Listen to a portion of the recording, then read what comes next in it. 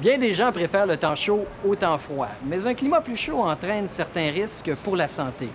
D'ailleurs, à travers le monde, les vagues de chaleur sont responsables de nombreux décès chaque année.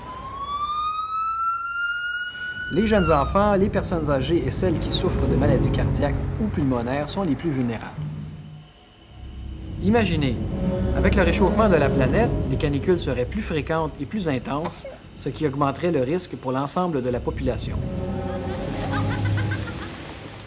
Comme si ce n'était pas assez, des températures extrêmes combinées à des sécheresses alternant avec des pluies abondantes pourraient affecter la qualité de l'eau et y favoriser la prolifération d'organismes capables de transmettre des maladies. Nous savons aussi que temps chaud rime avec saison des insectes. Dans les régions tropicales, il peut s'avérer mortel. Les maladies transmises par les moustiques, dont la malaria ou la fièvre jaune, s'étendent à nouveau sur l'Afrique et l'Amérique centrale, là où on pensait les avoir presque éradiquées. Ces régions, avec leurs précipitations extrêmes, sont de véritables terrains d'incubation pour ces moustiques meurtriers. Des études démontrent que le parasite de la malaria devient plus rapidement contagieux avec des températures plus élevées.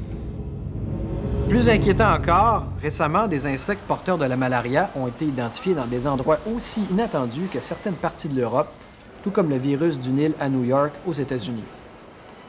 En somme, ces insectes constituent des risques pour la santé dans des régions densément peuplées.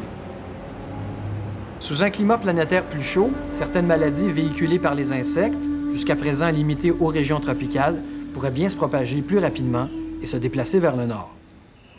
Les organismes qui seraient normalement éliminés par le temps froid pourraient alors se multiplier et répandre leurs maladies pour ainsi atteindre des climats plus tempérés comme le sud du Canada.